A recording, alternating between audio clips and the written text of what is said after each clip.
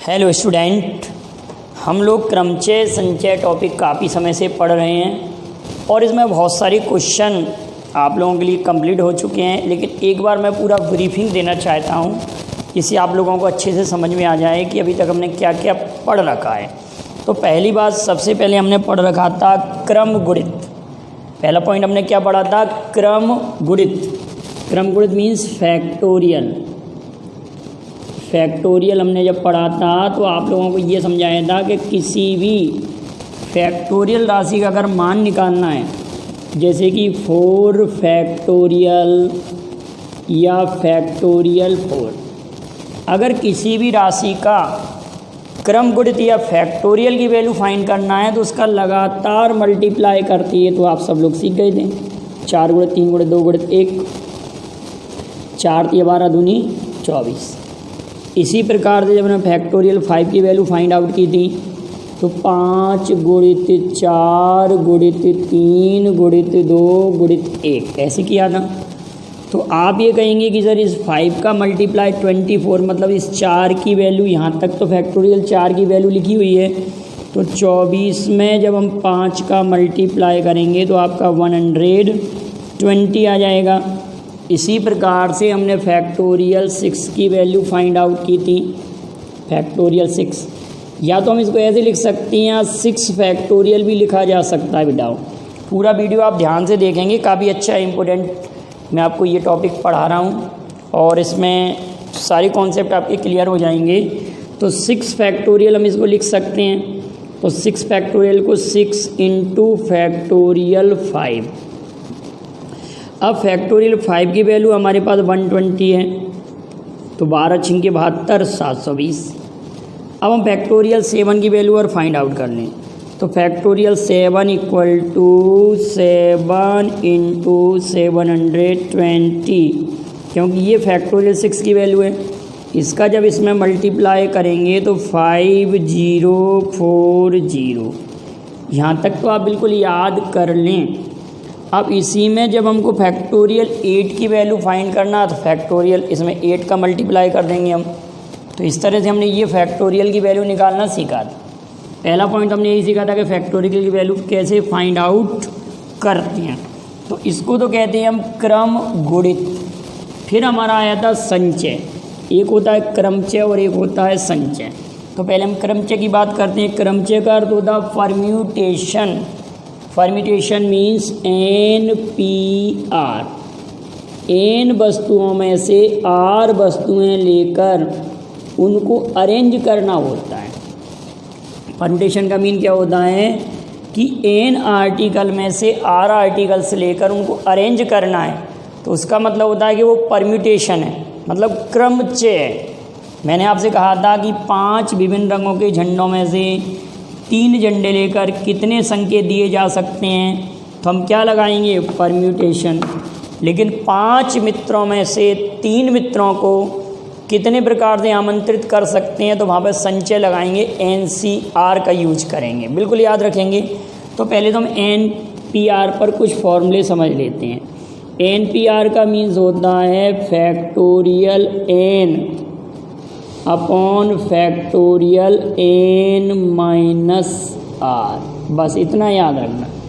NPR का means factorial n upon factorial n-r। जैसे मैंने आपसे कहा NP2 कहा बेटा। तो NP2 को आप क्या करेंगे?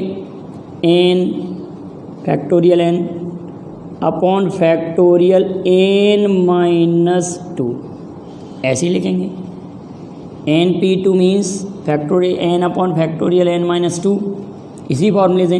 तो NP2 को जब सॉल्व करेंगे तो इसको ओपन अगर किया जाएगा तो n-1 और आगे जब ओपन करेंगे तो n-2 आएगा। और यहाँ पर हमारे पास n-2 लिखा हुआ है, तो ये कैंसिल आउट हुआ, तो n-1 क्लियर है। तो NP2 हमसे क्या कह रहा है? मतलब किसी भी वस्तु को आप अरेंज कर रहे हैं। NP2 मीन्स n × n-1, मतलब 2 बार घटा दें।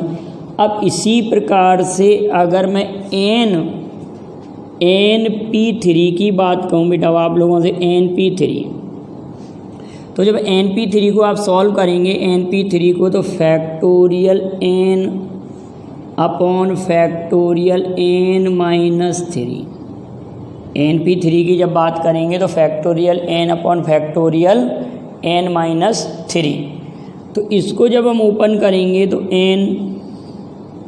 n-1, n-2 और ये फैक्टोरियल n-3 और अपॉन में फैक्टोरियल n-3 हो जाएगा, तो ये कैंसिल आउट हो जाएगा। क्लियर है? तो आप क्या करेंगे, जब 3 बार ओपन करना है, NP3 को ओपन करना है, तो हम 3 बार उसमें से घटाते चलेंगे। कितनी बार सब्ट्रैक्ट करते चलेंगे बेटा? 3 बार, n-1, n-2, n-3, तो 3 से 3 ये कैंसिल आउट हो जाएगा। तो इसी प्रकार से NP4 को भी जब सॉल्व करेंगे तो अब डायरेक्ट ही आप कह सकते हैं कि अगर NP4 को सॉल्व करना है तो हमारे पास यहाँ पर 4 स्टेप होंगे। क्या स्टेप होंगे? डायरेक्टली आप कह सकते हैं n-1, n-2 और n-3। तो ये तो बहुत आसान हो गया है NP3 की वैल्यू फाइंड आउट करना। कहने का अर्थ आपके लिए, अगर मैंने आपसे कहा कि आप 5P2 की वैल्यू फाइंड करें, पेपर में आ चुका है, सिंपल सा क्वेश्चन कई बार आया है आपके लिए, MP पुलिस व्यापम वगैरह में भी पूछा जाता है। मैंने आपसे कहा कि आप NP2 या 5P2 की वैल्यू फाइंड करें। आपके लिए पेपर में क्वेश्चन आया कि 5P2 की वैल्यू, तो आप यहाँ देख रहे हैं कि यहाँ पर 2 लिखा हुआ है, तो इसको 2 बार ओपन करना है ना, 5 × 4, बस 2 बार ओपन करना है। 2 लिखा हुआ है तो 2 बार, तो 5 × 20 आंसर। अगर मैंने बेटा आपसे कहा कि आप 5P3 की वैल्यू फाइंड आउट करें, तो इसको कितनी बार ओपन करेंगे हम? 3 बार, 5 गुणित 4 गुणित 3, 5 × 20 गुणित 3 बराबर 20 दिया, 60 आंसर आ गया। अगर बेटा मैंने ये कहा कि आप 5P4 की वैल्यू फाइंड आउट करें, तो अब आप फार्मूले की आवश्यकता नहीं है, आप फार्मूला का अप्लाई करें। आप डायरेक्ट ही कहेंगे कि सर इसको हम ओपन करेंगे 1 बार, 2 बार, 3 बार और ये 4 बार, बस इसका मल्टीप्लाई करना है। 5 × 20 गुणित 6 बराबर 120। हमारे क्वेश्चन का आंसर 120 आ गया। ये क्वेश्चन अक्सर आए हुए हैं बेटा पेपर में। अब आप कोई भी वैल्यू आप लेके आएंगे, जैसे आपने कहा कि सर 20P2 की वैल्यू फाइंड आउट करिए, 20P2 की वैल्यू बताएं सर, 20P2 की वैल्यू क्या होगी? तो हम क्या करेंगे, डायरेक्टली ऑरली कर सकते हैं। आप भी कोशिश करिए ऑरली सॉल्व करने को। इसको 20P2 मीन्स हम 20 × 90, बस 19 दूनी 38, 380। क्लियर?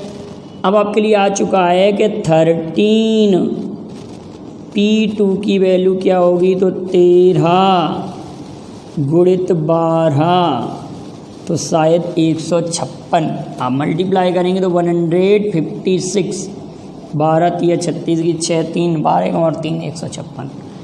अगर मैंने आपसे कहा कि आप 100P2 की वैल्यू फाइंड करें, 100P2, तो आप क्या कहेंगे? 100 × 99, तो आपके क्वेश्चन का आंसर 9900 आ गया। चलिए, तो एक क्वेश्चन और सॉल्व करते हैं P2 वाला। कोई भी आपके लिए क्वेश्चन इस प्रकार के लिए आ जाए तो आप उसको सॉल्व कर पाएंगे। एक क्वेश्चन और सॉल्व करते हैं। एक क्वेश्चन हमने ये लिखा कि आप फाइंड आउट करें वैल्यू 9P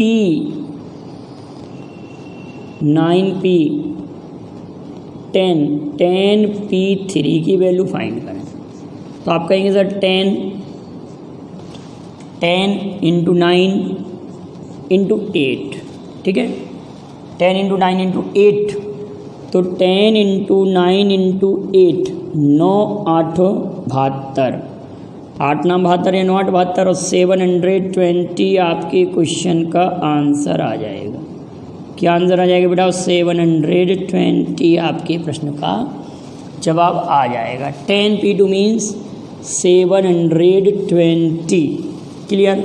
अब आप लोगों के लिए कुछ क्वेश्चन लिखता हूँ, आप उनकी वैल्यू कमेंट कीजिएगा। 12p4 एक क्वेश्चन, अगला है 30p3 दूसरा क्वेश्चन, एक क्वेश्चन दूसरा प्रश्न। थर्ड क्वेश्चन 25p2, अगला है 50p2। क्लियर है? तो आपको NP2 NCR से रिलेटेड क्वेश्चन बिल्कुल क्लियर है। P2 CR से नहीं, P वाले, मतलब परमिटेशन का अर्थ आप क्लियर कर लिए कि परमिटेशन में किसी वस्तु को हमको क्या करना होता है? अरेंज करना होता है। परमिटेशन में क्या करना होता है? अरेंज करना होता है। तो P2 वाले कोई भी क्वेश्चन आएगा आप डायरेक्ट सॉल्व कर सकते हैं। तो P2 की ज़रूरत क्या पड़ेगी कि जैसे मैंने आपसे कहा किसी भी वस्तु को अरेंज करना, जैसे कि फॉर एग्ज़ाम्पल अगर मैंने ये कहा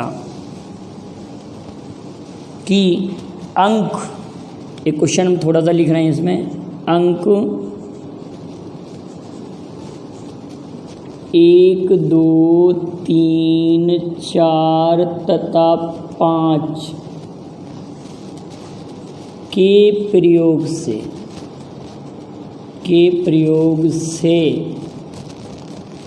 3 अंकीय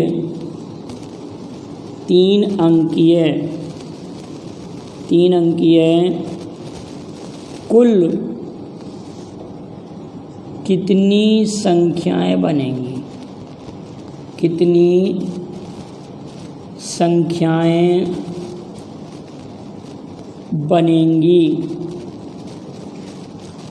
जबकि अंकों की पुनरावृत्ति ना हो? जबकि अंकों की पुनरावृत्ति ना हो। अंकों की पुनरावृत्ति ना हो, 1 2 3 4 5 के प्रयोग से कितनी संख्याएं बनेंगी? 2 मिनट आप प्रयास कर लें, मैं ज़रा देख लूँ वीडियो क्लियर आ रहा है कि नहीं। इन अंकों के प्रयोग से आपको बनानी है कितनी? 3 डिजिट्स वाला नंबर बनाना है और आपका अंक रिपीटेड नहीं होना चाहिए। क्वेश्चन ये कह रहा है कि आपका अंक रिपीटेड ना हो। ठीक है, आप बड़े ध्यान से समझेंगे, इस क्वेश्चन को बिल्कुल क्लियर कर लेंगे तो कई क्वेश्चन आप लोगों को कॉन्सेप्ट में तुरंत ही समझ में आ जाएंगे। तो आपको 3 डिजिट वाला अंक बनाना है, तो हमारे पास 3 बॉक्स रहेंगे, मतलब 3 डिजिट, इकाई, दहाई, सैकड़ा, यूनिट, टेंथ और 100 प्लेस को आपको फिलअप करना है। तो पहली बात तो ये आ रही है कि अगर हमको 3 डिजिट वाला नंबर बनाना है और यहाँ पर कोई भी अंक 0 नहीं है और ना उन्होंने सम विषम की कही, लेकिन एक बात जरूर कही है कि अंकों की पुनरावृत्ति ना हो, डिजिट रिपीटेड नहीं होना चाहिए। ये क्वेश्चन है आप लोगों के लिए। क्या क्वेश्चन है कि डिजिट रिपीटेड नहीं होना चाहिए। तो आप ये कहेंगे कि सर डिजिट अगर रिपीटेड नहीं है तो आप इस प्लेस को कहीं से भी भरना स्टार्ट कर दें। अगर वो कहते हैं कितनी सम संख्या बनेंगी तो फिर हम यहाँ से भरना स्टार्ट कर दें, कितनी विषम बनेगी तो भी हम यहाँ से भरना स्टार्ट कर दें। ठीक है, अगर इसमें कहीं हमको 0 दिखता तो पहले हम यहाँ से भरना स्टार्ट करते। ठीक है ना, ये जरूर ध्यान रखना। अब इसमें देखिए ना तो सम संख्या कहीं ना विषम कहीं, और इस क्वेश्चन में 0 भी नहीं है, तो हम इनमें से कोई भी अंक इस प्लेस पर ले सकते हैं। कोई भी अंक इस प्लेस पर ले सकते हैं। कहने का मतलब इस प्लेस को फिलअप करने का टाइप 1 2 3 4 5, इसका 5 प्रकार हो गया। अब अंक रिपीट नहीं होना, तो इनमें से अगर कोई भी अंक हमने ले लिया तो एक अंक कम हो गया ना, तो अगले प्लेस को हम 4 प्रकार से फिलअप कर सकते हैं। तो अब हमारे पास 2 अंक कम हो गए, तो अंक कितने बचे? 3। तो आप क्या कहेंगे? 4 पंजे 20 गुणित 3 बराबर 60। अब इस प्रश्न को हम एक प्रकार से और कर सकते थे, कहने का मतलब 5 अंकों में से हमको 3 अंक अरेंज करना है। तो 5 गुणित 4 गुणित 3, 4 पंजे 20, 3 60। हमारे क्वेश्चन का आंसर कितना आ गया? 60 आ गया। डायरेक्ट ही आ रहा था, हमको ये सब ऐसे फिलअप करने की आवश्यकता नहीं थी। लेकिन बेटाओ अगर यही प्रश्न ऐसे आता, बड़े ध्यान से समझिए, अंक 1 2 3, इसका आंसर तो क्लियर है पुराने प्रश्न का। अब प्रश्न आया अंक 1 2 3 4 5 के प्रयोग से 3 अंकीय कुल कितनी। अब केवल एक क्वेश्चन एक शब्द जोड़ रहा हूँ मैं यहाँ पर, सम संख्या बनेंगी। सम संख्या बनेंगी, इवन शब्द लग गया जबकि अंकों की पुनरावृत्ति ना हो। अब प्रश्न बदल गया बेटाओ, अब NP2 वाली विधि से नहीं हो पाएगा, उसमें आपको प्रॉब्लम आएगी काफ़ी। तो अब हमारे पास बॉक्स 3 है, बॉक्स तो 3 ही है हमारे पास, बॉक्स कितनी है? 3 अंकीय बनाना है। अब आप ये कहेंगे कि सर इस यूनिट प्लेस को सम अंक लिख सकते हैं, केवल इसमें 2 सम हैं। तो इस यूनिट प्लेस को भरने का प्रकार ओनली टू टाइप से इसको भरा जा सकता है। 2 टाइप हो रहा है, ना कि हम इस 2 की बात करें कि हमने ये 2 रख दिया। ओनली 2 टाइप, 2 डिजिट इस प्लेस पर लिख सकते हैं, ये लिख दिया हमने। अब आप ये कहेंगे कि सर अगर 2 अंकों में से 1 अंक यहाँ पे भर दिया तो अब बचे हुए अंक कितने हमारे पास? 4, तो 4 अंक यहाँ पे लिख सकते हैं। अब फिर 4 अंकों में से फिर 1 अंक यहाँ पर और 1 अंक यहाँ पर, 2 अंक कंप्लीट हो गए, तो बचे हुए अंक कितने? 3। तो 4 तिया 12 दूनी 24। तो हमारे पास सम संख्या बनेंगी जिनमें अंक रिपीट नहीं होंगे। बात क्या हो रही है कि अंक रिपीट ना हो, तो इनके प्रयोग से हम 24 संख्या बनाएंगे।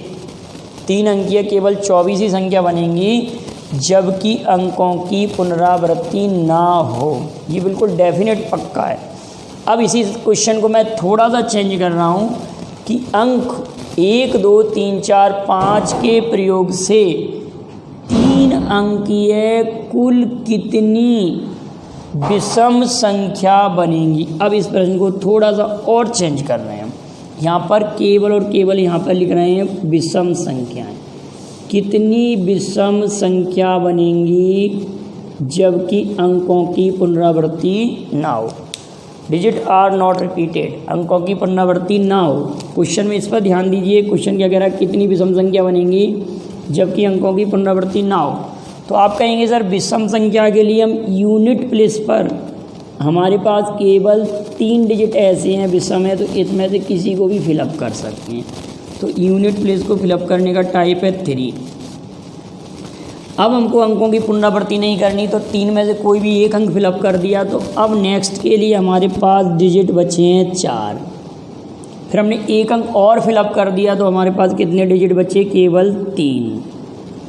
तो 3 3 जा 9 और 9 4 जा 36, केवल 36 नंबर बनेंगे जबकि अंकों की पुनरावृत्ति ना हो। ये जरूर ध्यान रखेंगे, यहाँ पे स्पष्ट लिखा हुआ है। अब अंकों की अगली वीडियो में मैं आप लोगों को अंकों की पुनरावृत्ति वाले भी क्वेश्चन कराऊंगा, और अंकों के बहुत सारे क्वेश्चन आपको नंबर सिस्टम में भी आते हैं। अब एक बात आप याद कर लेंगे सब लोग ध्यान से, अगली वीडियो के लिए मुझे ज़रूरत पड़ेगी इस बात की, आप इसको बिल्कुल तैयार रखिए कि यूनिट डिजिट पर 1 अंकीय कितनी संख्या बनती है। 1 अंकीय कुल कितनी प्राकृत संख्या होती है? 1 अंकीय प्राकृत संख्या, 2 अंकीय प्राकृत संख्या, इसमें कुछ मैं योगफल संबंधी क्वेश्चन भी कराऊंगा। 2 अंकीय प्राकृत संख्या, 3 अंकीय प्राकृत संख्या, 4 अंकीय प्राकृत संख्या, टोटल नेचुरल नंबर 1 डिजिट वाले हमारे पास होते हैं 9। नेचुरल नंबर की बात हो रही है। 2 डिजिट वाले 90, 3 डिजिट वाले 900, इनको भी मैं इसी वीडियो के माध्यम से आपको क्लियर कराऊंगा। 4 डिजिट वाले 9000। इसी प्रकार से हम आगे बढ़ाते चलेंगे। तो ये अंकों से रिलेटेड जितने भी क्वेश्चन कॉम्पिटिशन में आए हुए हैं वो मैंने एक प्लेस पर कलेक्ट कर रखे हैं, और मैं सभी क्वेश्चन आपको सॉल्व करा दूंगा। आप इतना याद रखना और आज जो पढ़ाया है उसको नोट कर लीजिए, और वीडियो पसंद आया हो तो लाइक और शेयर कीजिए। Thank you very much. जय हिंद, जय भारत।